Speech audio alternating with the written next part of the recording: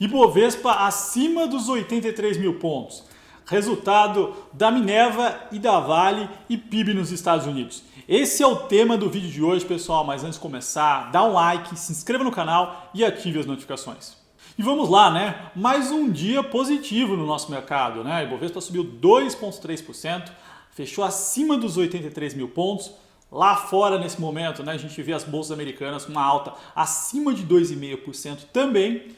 E o que tem de novidade hoje no nosso mercado, né? Bom, tivemos o PIB dos Estados Unidos, né, do primeiro trimestre, a prévia, que mostrou uma queda de 4,8%. Então, a gente está vendo o gráfico aqui da série histórica, né, do PIB trimestral dos Estados Unidos, que mostrou uma queda de 4,8%. A expectativa era uma queda de 4%, entretanto, o mercado reagiu bem, né, subiu com esse dado. E por quê? Bom, se a gente voltar há exatamente um mês ou um pouquinho mais, né, o que se falava, né? Qual era o grande medo do mercado naquele momento, né? Em março, quando estava iniciando o lockdown nos Estados Unidos?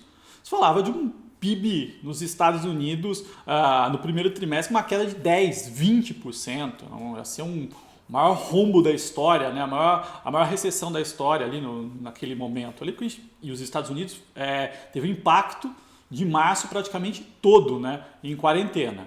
E não foi isso que aconteceu, né? Os dados vieram melhores, a gente viu isso pouco a pouco, as expectativas foram sendo reajustadas, né? E o que nós tivemos foi um impacto de uma queda relevante, né? 4,8% não é uma queda pequena, né? Entretanto, não foi maior do que o impacto que a gente viu na economia aqui em 2008, tá? Então, ou seja, essas expectativas foram sendo reajustadas ao longo do tempo e a gente não está vendo a maior recessão da história sem precedentes. Não, pelo contrário, aqui foi algo moderado. A gente deve ter um impacto ainda no segundo trimestre, né? Então, março ficou no primeiro tri, né? A gente vai ter abril impactando o segundo trimestre, né?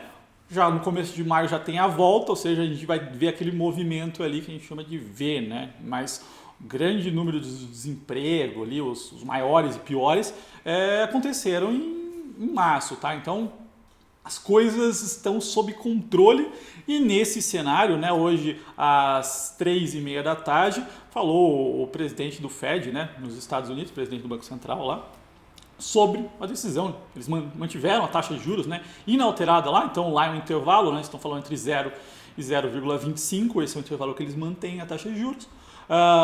Então já era esperado isso, entretanto, qual que é o ponto, né, depois foi seguido por uma fala, o ponto que eles veem que nesse momento, né, tem um impacto sim de curto prazo. A economia americana é muito flexível, né, então que permite o desemprego crescer rápido e também voltar rápido, né, essa mobilidade deles. Então eles têm uma preocupação com o curto prazo, então os juros vai permanecer baixo, né, zero nesse caso, por o tempo que for necessário, né, o Banco Central está fazendo tudo que ele pode para manter a economia aquecida, né? Lá eles têm dois mandatos, né, o Banco Central deles: desemprego baixo e inflação sob controle. Não, a inflação, a meta é 2%, então ele tem que manter a economia aquecida. Então foi positivo, foi uma fala positiva. E o que eles veem, né? O risco está mais no curto prazo, médio prazo, alguma coisa, por isso que eles precisam intervir bastante nesse momento. E aí, ó, a reação também dos mercados foi bem positiva. E agora vamos falar de resultado, né? Hoje saíram dois resultados importantes, um deles da Minerva, né? Então, de uma empresa de proteína animal, que eu venho falando muito desse setor. A gente viu uma reação forte depois do resultado. O resultado veio um resultado muito bom, acima do esperado. A gente viu a ação subir quase 10 ao longo do dia, aí fechou com uma alta mais moderada. Mas vamos lá, né? Bom, de forma geral, esse é o resultado e o que a gente está vendo aqui, tá, pessoal? Bom, um crescimento de receita moderado, estou falando de 11,6%. Receita líquida, né, 11,8%, EBITDA com a métrica de geração de caixa subindo 16% e lucro, né, no primeiro trimestre de 2019 a empresa tinha reportado um prejuízo, nesse trimestre ela reportou um lucro de 271 milhões de reais, ou seja, uma reversão de prejuízo para lucro, o que é bem positivo. Mas vamos pegar o consolidado desse negócio, né? O importante é olhar para o business como um todo. O que a gente viu nesse primeiro trimestre? Queda na utilização da capacidade instalada, ou seja, a capacidade que eles têm, eles usaram menos do que eles vinham utilizando nos últimos trimestres. E por quê? Em função da quarentena, né? As pessoas não estão trabalhando normalmente, não é um ambiente normal. Então a capacidade utilizada, né, consolidada da Minerva caiu de 78% para 71%. Então eles tiveram uma queda aí em relação ao volume por não poder, pela questão da quarentena, né? Uma questão meio óbvia que as pessoas não podem circular, tem algumas restrições. Mas qual que é o grande ponto do mercado de proteína animal que eu venho chamando a atenção aqui há um bom tempo?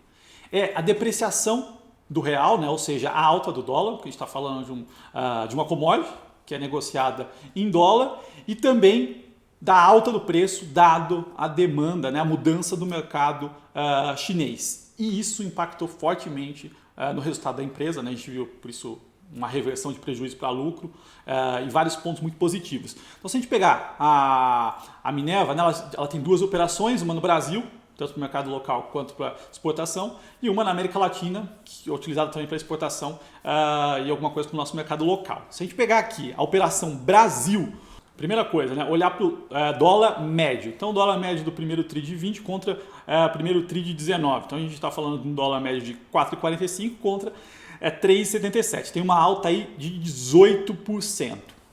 O preço da carne, tá? Então vamos pegar agora o preço da carne para o mercado externo. Em real, qual que foi o impacto? Um aumento de 49,5%, um aumento de 50% no preço da commodity. Então isso aqui é sensacional, isso aqui é margem na veia, né? O cara consegue ter um ganho aqui, tanto como a demanda, né? A oferta e demanda da proteína, que tem descasado, dado a China aumentando fortemente a demanda global, e também em função do dólar. Então isso aqui ajuda bastante. No lado do mercado interno, né, tende a acompanhar, então a gente viu uma alta de quase 25% no preço da proteína, no quilo da proteína em real, tá? Ou seja, preço subindo fortemente. E a gente viu um crescimento de resultado, né, com quedas de volume. Ou seja, a gente está falando que a empresa conseguiu entregar um bom resultado, crescer alguma coisa receita, mas crescer, reverter prejuízo e entregar um lucro, né? E crescer EBITDA e mostrar uma geração de caixa, que depois eu vou falar que foi fantástica. Tudo isso em função dessa melhora do setor, né? E da depreciação do real também. No momento em que a capacidade caiu em função da quarentena. A hora que essa capacidade voltar, esse cara se alavanca mais ainda. Bom, vamos pegar a outra operação da Minerva, né?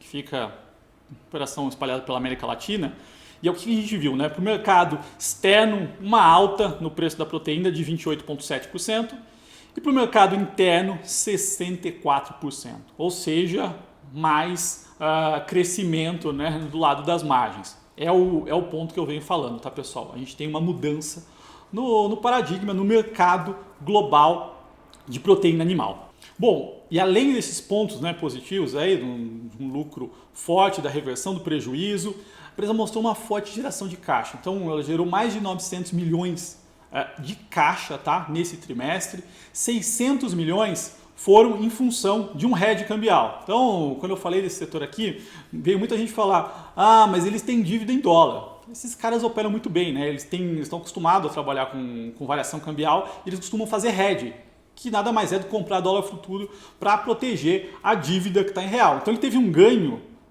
financeiro que ajudou aí, que teve uma geração de caixa de mais de 600 milhões de reais. Isso não passa pelo balanço, né? Porque ele tem o ganho da variação do futuro, entretanto ele tem que marcar no balanço a variação da dívida, mas a variação da dívida não tem um efeito caixa. A variação do futuro sim, porque ele comprou o hedge. Então existe, de fato, a efetivação desse dinheiro na empresa e a parte da dívida, né, só tem um reajuste, ele marca isso no balanço, mas não passa não tem um impacto de caixa diretamente. Então a gente viu uma geração de caixa fortíssima. Se a gente pegar a empresa, né, Minerva, a gente está falando aí que ela está sendo negociada entre 5 e 5 vezes e meia, né, EV/EBITDA. Então é uma empresa que está descontada e que está num cenário muito positivo. Bom, vamos falar de Vale, né, pessoal? Então Vale reportou o resultado hoje pela manhã, era um resultado esperado, as ações subiram quase 5%, então foi uma reação positiva. Se a gente pegar o resultado, né, não veio um pouco aquém da capacidade da Vale, tá? Então, na maioria dos indicadores abaixo do esperado, entretanto, eles já tinham dado os números de produção, né? E isso já havia guiado o mercado. A produção no primeiro trimestre foi abaixo do esperado, mas a gente viu mesmo assim uma reversão, né? Então, um lucro de 239 milhões, se comparado com o ano passado, que teve um prejuízo de mais de 1,5 bilhão, foi super positivo. Então a gente viu essa reversão, entretanto não é um resultado que a gente espera da Vale. Principalmente pelo quê? Que é produção menor, afetado por paralisações não programadas da Vale. Tá? Então esse foi um principal ponto. Chuvas excessivas em Minas Gerais e na região norte, então isso acabou impactando na produção da Vale.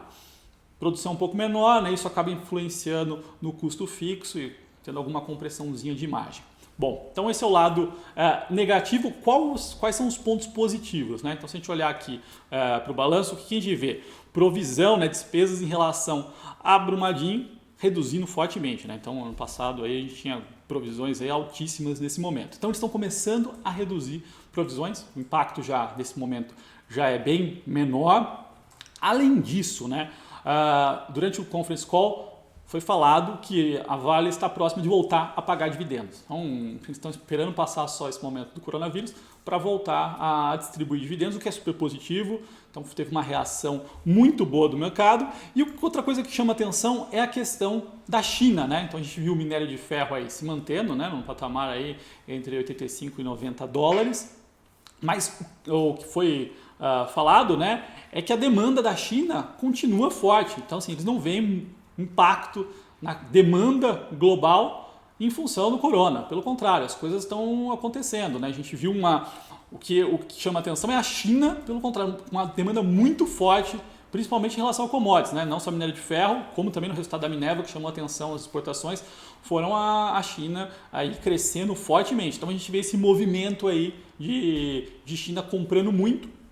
E aí esses resultados dessas duas empresas, né? O que elas têm em comum, né? É o dólar, né? A gente está falando de produtos que são dolarizados, tem uma cotação internacional, e elas têm custo, boa parte do custo, em real. Então ela tem uma alavancagem operacional que nesse momento é muito positivo.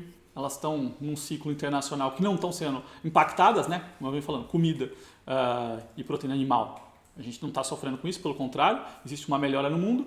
E também minério de ferro, a China não parou, continua aquecida, continua comprando, e a gente vê isso pelo preço, né, do minério de ferro que tem se mantido. Então é isso, pessoal. Se você gostou desse vídeo, dá um like, se inscreva no canal e até o próximo.